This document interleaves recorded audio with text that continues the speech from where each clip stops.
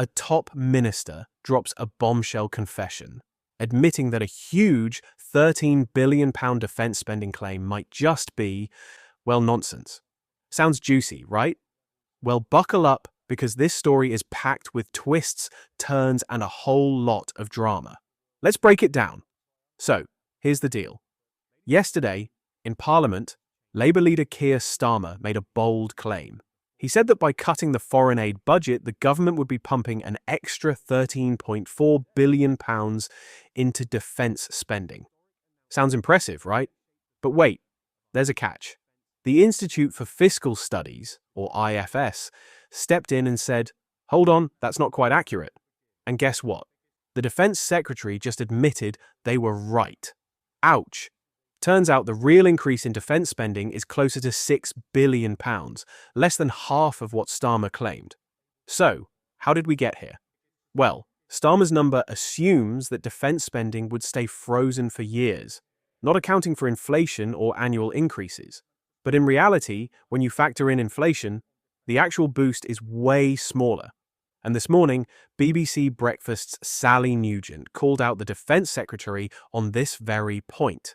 Sally Nugent didn't hold back. She asked, You also committed to development spending at a level of 0.7% of gross national income as soon as fiscal circumstances allow. That was a promise you made before the election. You've dropped that now to 0.3% because of the defence spending. Can you understand how many people will be incredibly disappointed, including people within your own party, your own government, who will be incredibly disappointed by that decision? I can.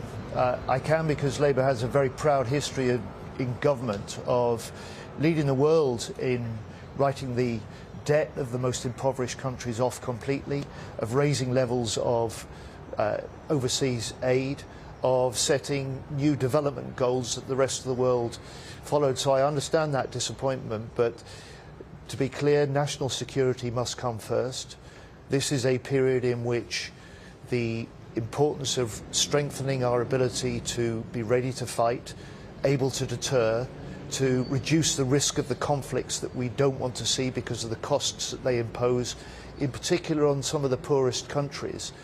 The importance of hard power rather than soft power in this changed world at this time makes this a very difficult decision.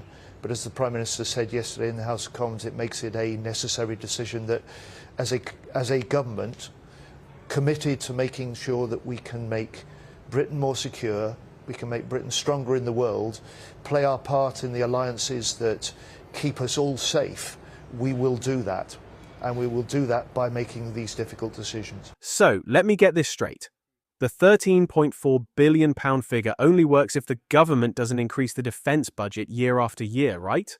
And the Defence Secretary? He basically said, yeah, you got me. Awkward. But here's where it gets even more interesting. The IFS accused Starmer of reaching for the largest possible number to make his announcement sound more dramatic. One expert even suggested he might have been trying to impress the US president. Spoiler alert, it didn't work.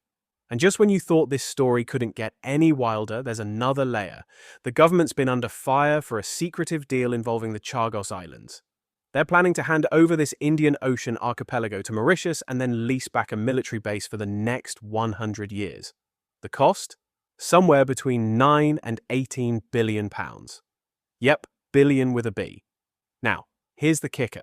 There are concerns that the government might try to include this massive payment as part of their defence spending boost. Shadow Armed Forces Minister Marc Francois is demanding answers, saying, hey, don't sneak this Chagos deal into the defence budget. But so far, the government's staying tight-lipped. Suspicious much. So, what do you think? Is this just political spin, or is there more to the story? Let me know in the comments below.